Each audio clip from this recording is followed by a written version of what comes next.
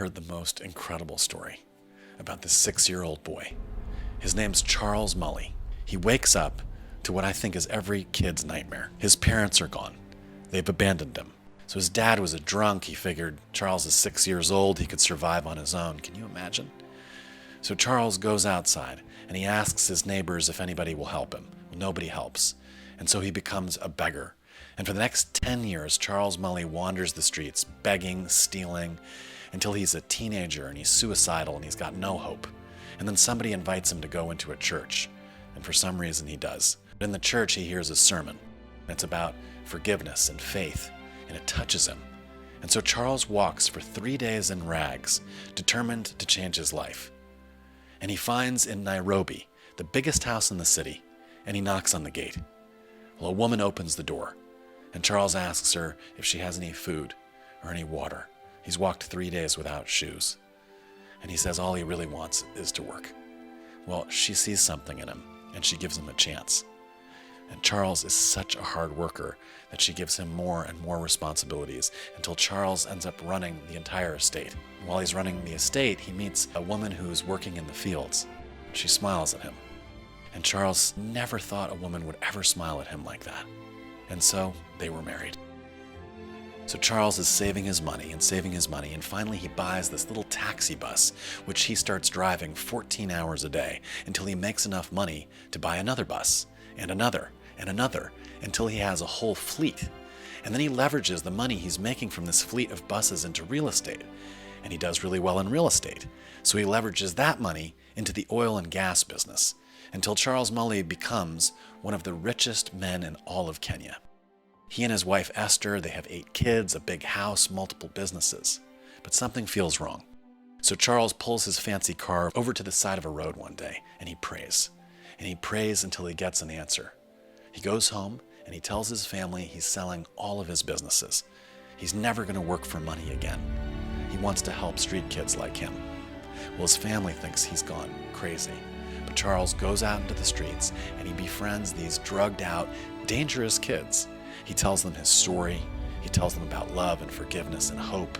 And these kids start to trust him. And then he brings one of these boys home. And then another. And then another. He builds dormitories in his backyard.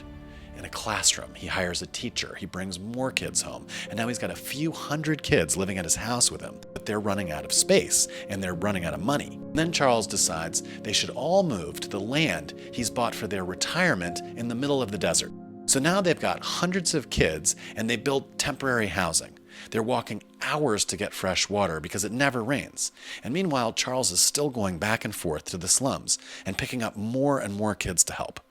Well, fortunately, a wealthy friend of theirs donates a truckload of food at the last minute, and then one of the adopted kids dies from typhoid, and they are devastated. Charles and Esther are praying for water every day and every night, and their biological kids are sure their dad and their parents have just gone mad. Charles wakes up in the middle of the night, and he's hearing a voice in his head. And the voice says, walk 30 feet this way, 40 feet this way, and 100 feet this way and dig, and there you'll find water. And the workers just quit. They say, no way. There's no underground wells in the desert. And in the meantime, some of the kids are digging this hole that gets deeper and deeper until it's 20 feet down. And of course, there's nothing but dirt until they hit rock bottom. But Charles is still raving to keep digging. Use the pickaxe, he says. One of his youngest takes the pickaxe and water gushes out.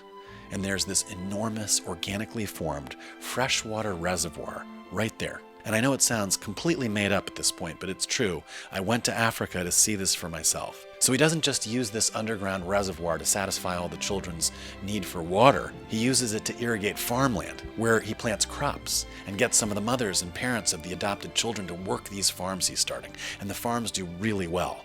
They're growing green beans. And these green beans meet the international requirements for organic labeling. And so Charles starts exporting to Europe and becoming self-sustainable. Now, by this point, he has over 1,000 children out there. And he has them all planting trees. They plant over 1.5 million trees over the next 5 years. And this desert landscape develops its own microclimate because of the trees which are creating increased rainfall. And now Charles builds playgrounds and dorms and classrooms and medical centers, and he starts providing water and food and services not only to the children, but the neighboring villages. And over the next 27 years, they plant over 6 million trees, and Charles and his family rescue over 12,000 children who were once just like him, and who likely would have died without his help. And this is a model that can be replicated everywhere, so I wanted to share it with you and invite you to join the largest family in the world, a family of people who care for each other. Please share this video, not for money or fame, but for good.